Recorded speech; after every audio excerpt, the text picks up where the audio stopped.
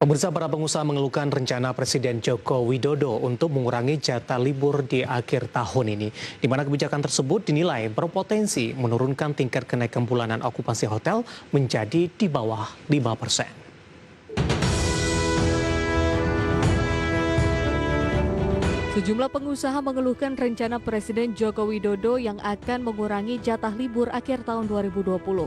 Di mana kebijakan tersebut dinilai dapat berpotensi menurunkan tingkat kenaikan bulanan okupansi sektor hotel menjadi di bawah 5%.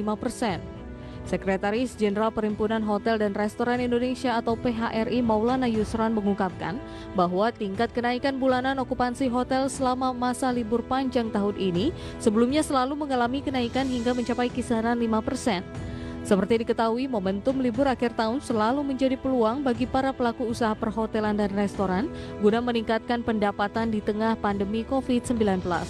Untuk itu, pihak PHRI berharap pemerintah dapat meningkatkan spending bagi setiap kegiatan pertemuan serta menjaga arus kas pelaku usaha hingga akhir 2020. Adapun pemerintah juga diminta konsisten menjaga perilaku masyarakat dalam menerapkan protokol kesehatan di seluruh daerah agar geliat ekonomi sektor pariwisata dapat kembali bangkit dan mampu memulihkan roda perekonomian di tanah air. Berbagai sumber IDX Channel. Terima kasih untuk Anda yang masih bergabung bersama kami di Market Review, dan kali ini kita membahas topik yang menarik. Ini rencana dari pemerintah untuk mengurangi jatah libur di akhir tahun, pemirsa. Kita akan coba lihat seberapa besar dampaknya kepada industri dan perhotelan di Indonesia. Saat ini kami sudah terhubung melalui via Zoom bersama dengan Bapak Maulana Yusran yang merupakan Sekjen dari PHRI. Langsung saja kita sapa Pak Maulana. Selamat pagi, apa kabar Pak? Selamat pagi, kabar baik. Ya, terima kasih Pak Maulana sudah meluangkan waktu di IDX Channel. Pak Maulana, bagaimana PHRI melihat Pak rencana pemangkasan waktu liburan atau jatah liburan di akhir tahun 2020 ini, di mana pemerintah juga memiliki alasan yang cukup kuat dalam hal ini untuk mencegah dari penyebaran COVID-19 yang terus mengalami peningkatan sampai sejauh ini, berkaca dari kejadian libur panjang yang sudah terjadi beberapa waktu yang lalu. Ya, jadi begini. Pertama adalah bahwa di sektor pariwisata itu adalah sektor yang sangat bergantung dengan adanya interaksi orang dan pergerakan orang. Itu paling utama ya di sektor pariwisata. Konsepnya adalah pergerakan orang. Kemudian yang kedua, di masa pandemi, hotel dan restoran ini mengalami penurunan, khususnya di hotel itu penurunan yang cukup tajam terhadap okupansi. Kita mulai dari bulan Maret sampai sekarang bulan November, sudah masuk 9 bulan, bahkan akan masuk ke 10 bulan. Itu kalau kita totalkan saja dalam 10 bulan itu, dalam 9 bulan ini, kisaran okupansi itu bergerak antara sekitar 20 sampai 30% average secara nasional. Yeah. Nah, kemudian kalau kita compare year on year okupansi, kalau kita ambil okupansi tahun 2019, okupansi terendah itu adanya di angka 40%, dan itu pun hanya 1 bulan. Kalau nggak salah itu bulan Maret tahun 2019, dan begitu pula di tahun 2018. Jadi itu kalau kita lihat indikator di 40%-nya, itulah low season yang terendah di okupansi hotel. Nah, kemudian kalau kita kembali ke masa pandemi, semenjak PSBB itu dibuka pada bulan Juni 2020, ya secara nasional PSBB itu dibuka, itu kita perhatikan bahwa ada beberapa kali liburan. Jadi ada dua konteksnya yang mengisi kontribusi dalam okupansi hotel. Pertama adalah bisnis tourism, kemudian adalah leisure. Kalau kita bicara leisure itu kan pasti liburan. Yeah. Nah, otomatis yang bulan Juni itu kita sudah mengalami beberapa kali liburan. Pertama libur proklamasi, kemudian kalau nggak salah ada Idul Adha, dan yang ketiga kemarin libur yang cukup panjang pada bulan Oktober. Yeah. Nah, kalau kita perhatikan setiap liburan ini memang terjadi peningkatan okupansi di beberapa daerah, khususnya di Pulau Jawa, dan kemarin yang terakhir itu Pulau Bali pun lumayan ada peningkatan, termasuk Sumatera. Sumatera itu yang jauh peningkatannya adalah Lampung dan Palembang. Nah, ini kenapa? Karena ada pengaruhnya dari infrastruktur tol dan tren masyarakat untuk bergerak itu melalui darat. Ya. Nah, kita perhatikan tuh ada tumbuh berarti di leisure-nya.